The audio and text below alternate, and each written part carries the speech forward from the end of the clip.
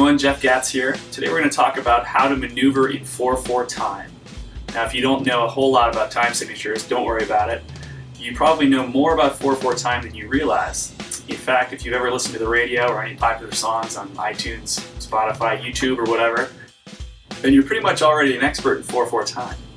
The reason I say that is that the vast majority of the songs that we listen to in Western music are in 4/4, which is great news because if you can master this time signature, then you'll have a head start on playing a bunch of your favorite songs and on creating your own popular music.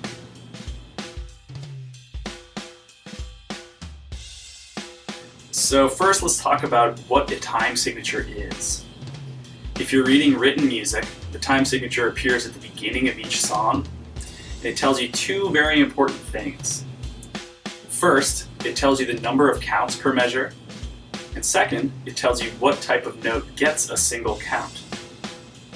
Let's check out the time signature symbol for 4/4 time. Again, the top number indicates the number of counts per measure, which in this case is 4, and the bottom number tells you the type of note that receives a single count. So when I say type of note, I mean what note value, like is it a quarter note, eighth note, whole note, etc.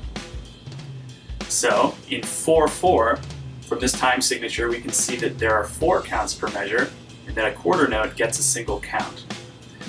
So what that means, if you're counting along through each 4/4 measure, is you'll count 1, 2, 3, 4, and in the next measure, again, you'll count 1, 2, 3, 4. And that will repeat until the end of the song or until the time signature changes. Each of those single counts is a quarter note. Alright, so getting back to 4/4, let's take a look at a couple of common beats and then look at how they're written out in 4/4 time.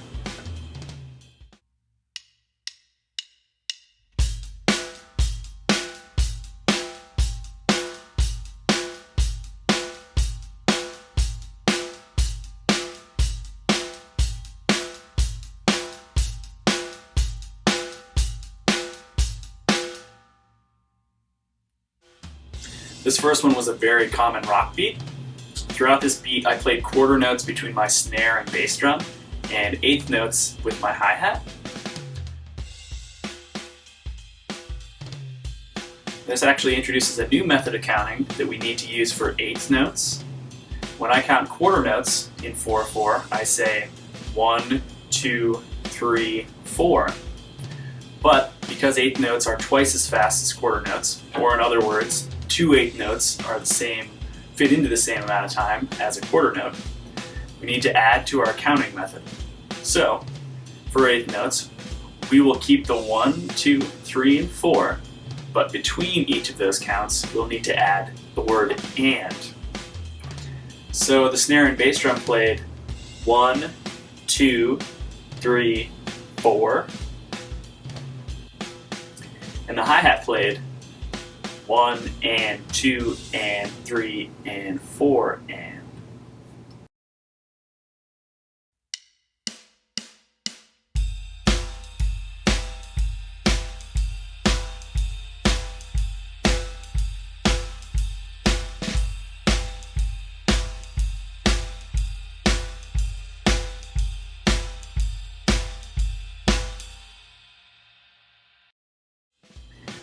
This one was a very common jazz beat that you'll hear pretty frequently.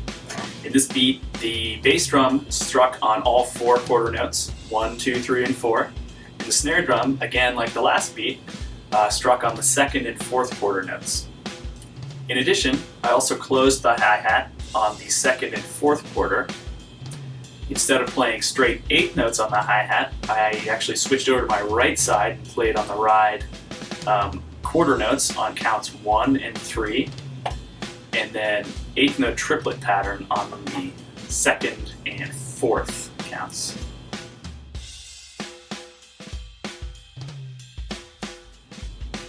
Now, counting triplets is slightly different than counting quarters or 8th notes. The triplets I played were based on 8th notes, which means that 3 8th note triplets fit into the same amount of time as 2 regular 8th notes. So, putting it all together, here's what that ride pattern sounds like.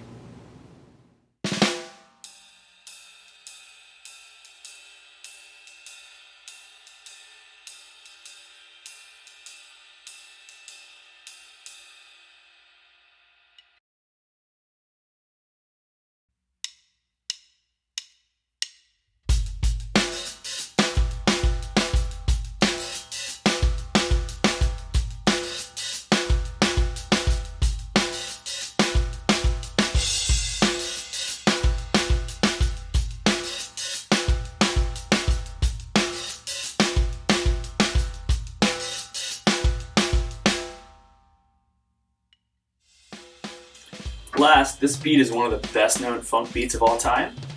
Here, my bass drum is playing one and then striking again on the and of 3 and the E of 4.